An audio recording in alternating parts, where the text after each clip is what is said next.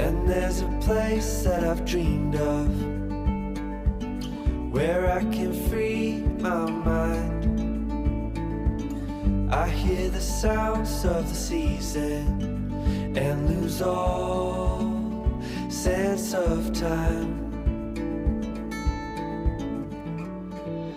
I'm moving far away. Hello, my friends. It is May 1st. I want to do a quick April recap and then go over a little bit of my schedule again for May. So April was in Los Angeles. I have since learned their shuttle system, all of the different terminals, how I get from every different airline, because I fly for 4 different ones: American, United, Alaska, and Delta.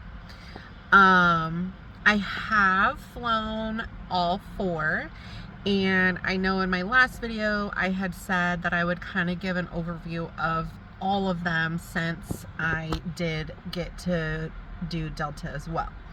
So I enjoy any of them. I don't really have a preference. I guess if I'm saying what I like or don't like, I prefer to fly in the ERJ versus any of the CRJs, and they all have both types. So if I'm saying one that I prefer the ERJ. And that's just because there's more space. The aft, which is the back flight attendant, has their own galley. They don't, we don't have to go to the front to get our stuff.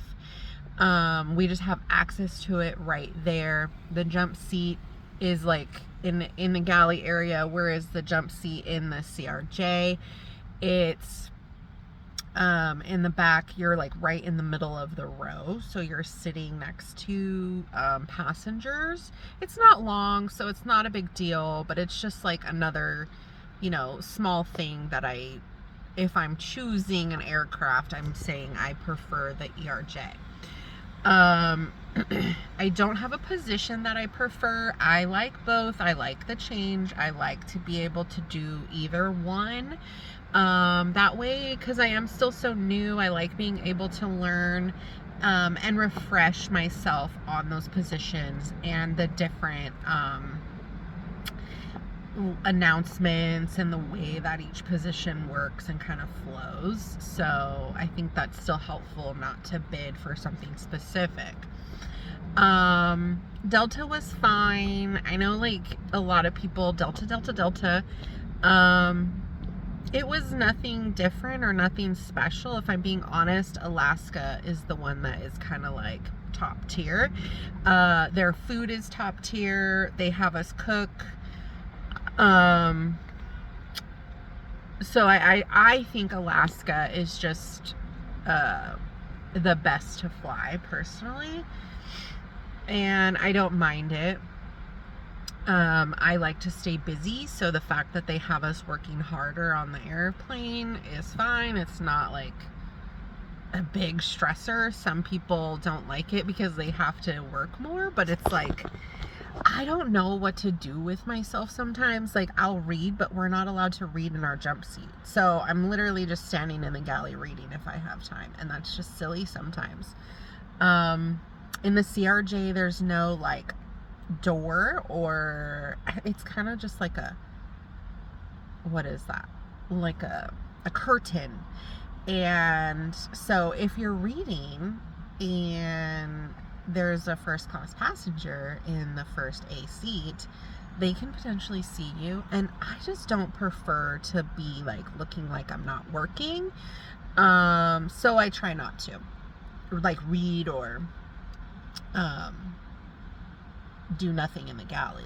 I'll be cleaning and stuff. But anyways, so April's month, success, stressful, that drive, overwhelming. I don't like when they don't book trips, and I'm just on call day by day. That was really rough.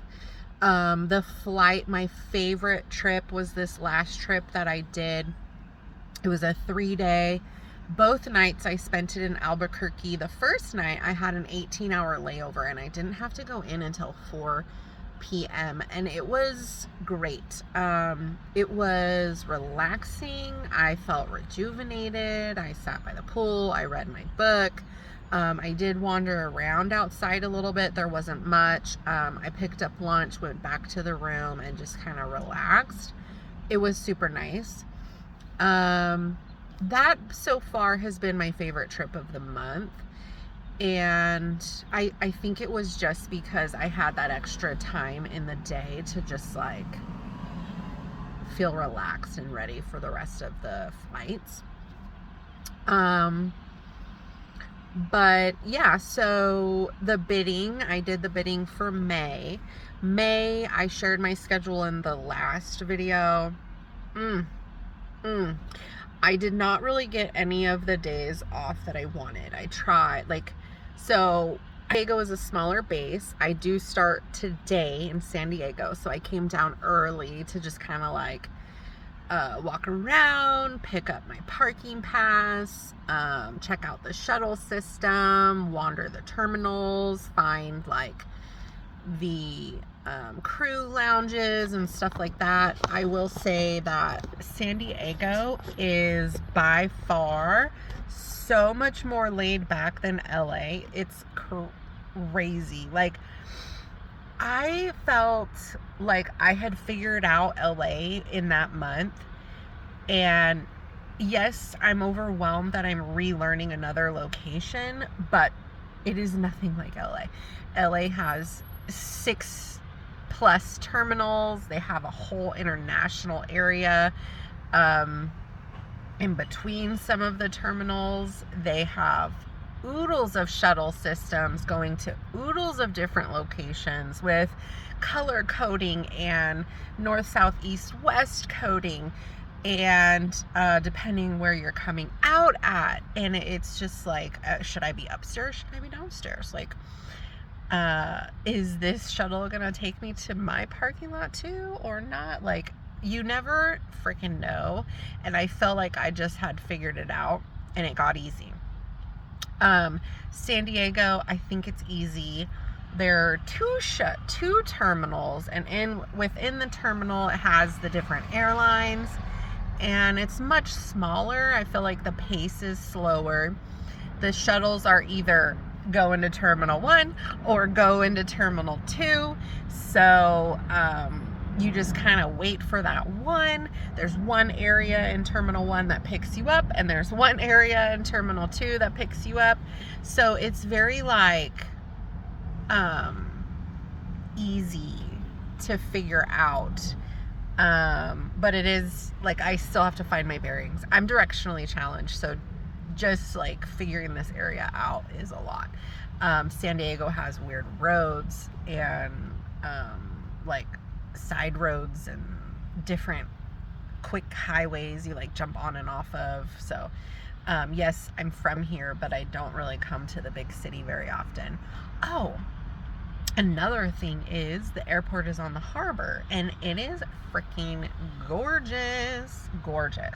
Not to mention the drive was only 45 minutes, which my drive to LAX, as you know, was 2.5 hours or more, depending on traffic. So I already feel like my quality of life is just like skyrocketing. The only reason I'm here early today is because I had to pick up my parking, and they close at 3, but I don't start my flights till 8. I have 2 flights this evening. But I just can already tell that I'm going to be able to be home. I'm going to see my family way more. I'm going to adjust way better, I think, to this new location. So I'm super pumped. My schedule, I have 3 days on, and then I'm off this weekend and the whole next week. So I'm off for 7 days. I'm pumped. It's not what I asked for, but I'm pumped. And then I have I'm on for 6 days. So this is what I don't know if I'm gonna like. So I have 7 days off in a row, but then I have 6 days on with only 1 day off. And then I think it's 5 days on, 2 days off, and then again another 5 days and 2 days off. I think it's something like that. I'd have to go back to the picture. And I'm not sure of trips. The only trips that I know are today and the next 2 days. I do have full days of trips. But, I mean, really my concern hasn't been what days I'm working.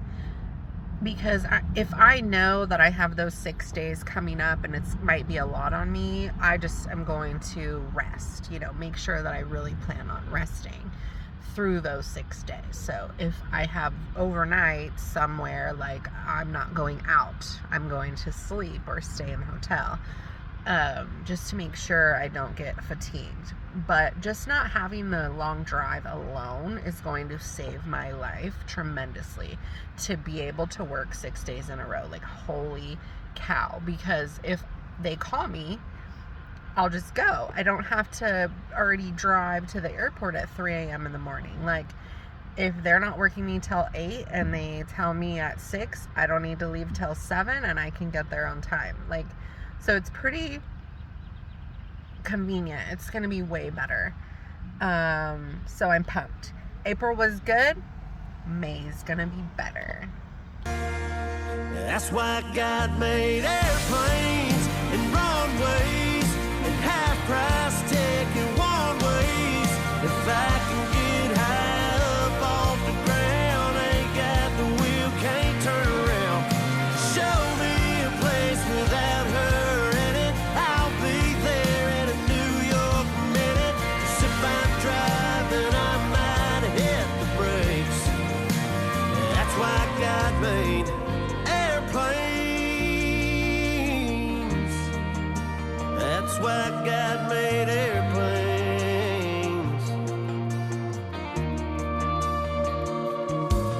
No, I don't need a window seat, man, they're all the same. As long as we're